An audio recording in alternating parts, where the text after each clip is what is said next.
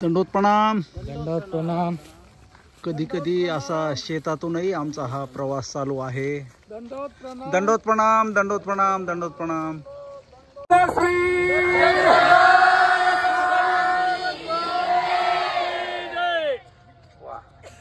धन्यवाद.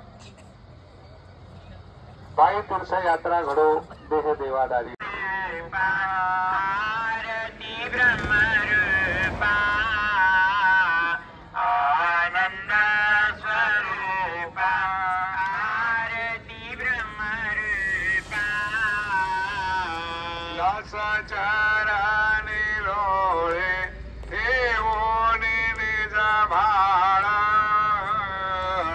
डोंगरावर चढतो, खाली उतरतो, पायऱ्या चढतो, खाली उतरतो, मधल्या रस्त्याने चालतो, हायवेने चालतो, आहे का नाही?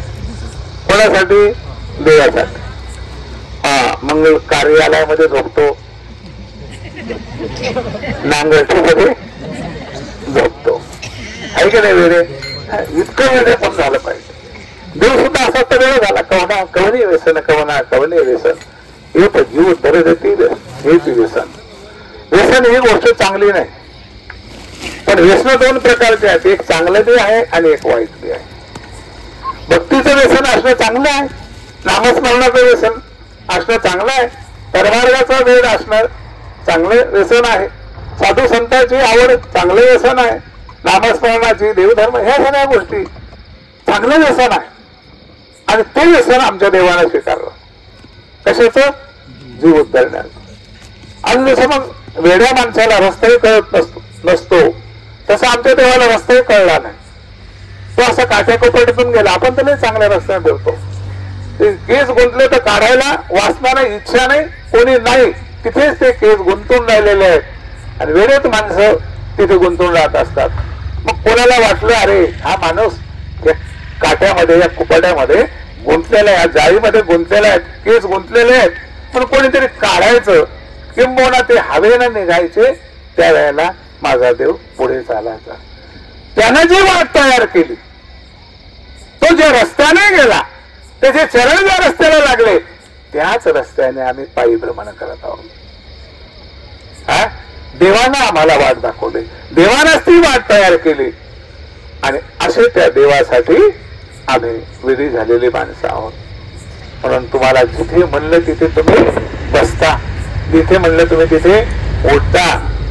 कोणी तुम्हाला आज आम्ही उघड्यावर काल बरोबर कोणाची तक्रार नाही. कोणी असं म्हणलं नाही की काय बाबा हे काय असा प्रकार, मंडप नाही, राहण्याची व्यवस्था नाही, निवारा नाही, आणि खुशाल तुम्ही आम्हाला उघड्यावर झोपता. कोणाची तक्रार नाही. हो, देवासाठी तुमची योग्यता जर तुम्हाला वाढवायची असेल तर भूमीवरी निजावे, आकाश पांघरावे, आणि काय करावे? स्वच्छंद झोप घ्यावे या पदयात्रेत माझ्या. हो, तुम्हाला या पदयात्रेत स्वच्छंद झोप येईल, स्मरण होईल, सगळ्या गोष्टी घडतील. माणसं योग्य होण्यासाठी अयोग्याचे योग्य करते, योग्याशी परमेश्वर दान देतात. आपल्या ठिकाणची अयोग्यता नासण्यासाठी एवढे कष्ट तर तुम्हाला करावेच लागतील. तर आपल्या ठिकाणी असलेले जे दोष आहेत, कर्म आहेत, त्याचं क्षालन होईल, त्याचा नाश होईल. तेव्हा आपलं जीव स्वरूप काय होईल? योग्य होईल. आणि म्हणून जगामध्ये 3 प्रकारचे माणसं आहेत. की ज्यानं योग्यता प्राप्त केली तो, ज्यानं योग्यता प्राप्त केली नाही तो, आणि जे योग्यता प्राप्त करण्याच्या मार्गावरती आहे, त्याचा प्रवास चालू आहे तो, असे 3 प्रकारचे माणसं आहेत. म्हणून तुम्ही योग्यता प्राप्त करण्याच्या मार्गावर आहात, प्रवासामध्ये आहात, आणि ती योग्यता तुमची दिवसांदिवस वाढत चाललेली आहे. योग्य असलेल्या माणसाला सांगावं लागत नाही, हुशार असलेल्या माणसाला सांगावं लागत नाही हे कर ते कर. तो मनाने काही गोष्टी करत असतो. त्याला स्वयंस्फूर्तीने काही गोष्टी कळत असतात, समजत असतात. आणि म्हणून एक स्वयंस्फूर्तीने करतो, एकाला सांगावं लागतं, आणि एक सांगूनही करत नाही. अशी 3 प्रकारची माणसं आहेत. म्हणून योग्य असलेल्या माणसाला म्हणावं लागत नाही जय म्हण, तो म्हणतोच. टाळ्या वाजव, तो वाजवतोच, सांगण्याची गरज नाही. पण एकाला सांगावं लागतं, टाळ्या वाजवा, तो वाजवतो, आणि एक सांगूनही वाजवत नाही. असे 3 प्रकारचे माणसं, एक न सांगता करतात, एक सांगून करतात, आणि एक न सांगता सांगूनही करत नाही. म्हणून एकाला स्वयंस्फूर्तीने समजतं, न सांगता करतो. त्याच्यामध्ये आमचे सर्वज्ञ श्री चक्रधर प्रभू देवग्रामला उदास झाले, आणि उदास झाल्यानंतर सगळी भक्तीजन भयभीत झाली. काय करावं काय नाही काही कळेना. नागदेव आचार्यांनी त्यावेळेला, बोलू नका, आवाज येत नाही का तुम्हाला इकडं? काही दिसत नाही अंदाज. आणि नागदेव आचार्यांनी श्री प्रभू बाबांची आणलेली दुटी परमेश्वर पुरावं देवाच्या पुढे, स्वीकरी जोगी स्वीकरी जोगी.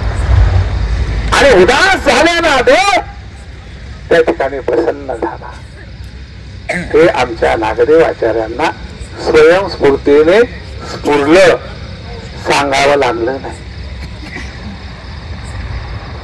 सालबर्डीला ससा स्वामींना शरण आला, पारधी आले, जिजी आमचा हा होडेचा ससा आहे, तुम्ही याला सोडा, नाही तर आमच्या आपसामध्ये भांडणं होतील, खून पडतील, रक्तपात होईल. साहेब म्हटले, हा इथं शरण आला, याला आम्ही मरण देणार नाही. हिंसा करू नका, हिंसा पाप, पापामुळे नरक होतात.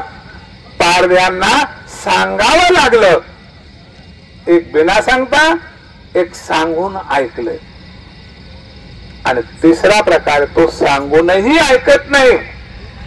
द्वापार युगामध्ये शिष्टाईला सर्वज्ञ गेले हस्तिनापूरला. त्यावेळेला दुर्योधनाला सांगतात की दुर्योधना, युद्ध करणं चांगलं नाही, वाईट आहे, युद्ध करू नको. पण सांगितल्यानंतरही दुर्योधनानं ऐकलं नाही, युद्ध झालं. आणि ते स्वामींच्या सानिध्यामध्ये ते असे भक्त मार्तंड असतील, किंबहुना सारंग पंडिताला स्वामी नेहमी नेहमी म्हणायचे, इथे अनुसरा नाही ऐकलं. अशी 3 प्रकारची माणसं असतात. आणि म्हणून आज आपण ज्या ठिकाणी आलेलो आहोत त्याला भेटीचा वड म्हणून ओळखलं जातं. मला कोणीतरी विचारलं, भेटीचा वड काही गावाचं नाव आहे का? हे का नाही, जायचा तो भेटीचा वड गावाचं नाव आहे का? म्हणजे गावाचं नाव नाही, तर इथल्या गावामुळे, या स्थानामुळे जे पावित्र्य आलेलं आहे, इथे आमच्या सर्वज्ञांची आणि माहीम भट्टाची भेट झाली. अशा 2 भेटी अतिशय महत्वाच्या आहेत आमच्या लीळा चरित्रामध्ये स्वामींच्या. माहीम भट्टाची भेट इथली अतिशय महत्वाची आहे. दादा सविस्तर त्या विषयावर बोलणार आहे. अनुसरल्यानंतर माहीम भट्ट या ठिकाणी आले, भेट झाली, सरकडून भेट झाली. तुमच्या भेटी तर देव भेटी, आता तर नाही आमची देवाची भेट होईल, पण तुमच्या आमच्या भेटीमध्ये देव भेटल्याचा लाभ हा आम्हाला प्राप्त होतो. आणि म्हणून ही एक भेट. आणि ज्या वेळेला खडकुलीवरून आचार्यांना स्वामींनी रिद्धपूरला पाठवलं, म्हणजे स्वामीने नाही पाठवलं, स्वामी उद्या झाल्यानंतर निघून जा, आत्ताच्या आत्ताच नाही. पण माझा गुन्हा काय मला माहित नाही, थांबायचं नाही म्हणजे नाही. अजिबात तिथं कुठलाही पर्याय चालला नाही. काय करावं, बाईचा मध्यस्थी पडला, तुम्ही गुपची बसा. जर यानं आमचं नाही ऐकलं तर हा कुठल्या गडबडात जाऊन पडेल आणि काय होईल हे सांगता येणार नाही. काय करावं, माणसाला विचार करता आला पाहिजे. जो माहीम भट्टाने केला, एका क्षणामध्ये परिवर्तन झालं. देखत पाणी पडलं, बदल झाला जीवनामध्ये. आचार्यांनी हेच केलं, विचार केला. घरी जावं तर अविद्य आहे आणि दादोसाकडे जावं तर अनिष्ट आहे. करावं तर काय करावं. म्हटलं की परमेश्वर कुठला जाऊ, श्रीप्रभू बाबांच्या सानिध्यात जाऊ, स्वामी प्रसन्न झाले, खुश झाले, म्हटले काही हरकत नाही. आणि त्यानंतर मग हे उतावी झाले. आता पुढची लिहावे सांगणार नाही पूर्ण, पण अतिशय परमेश्वराचा विरह नागदेवाचार्यांना भरला.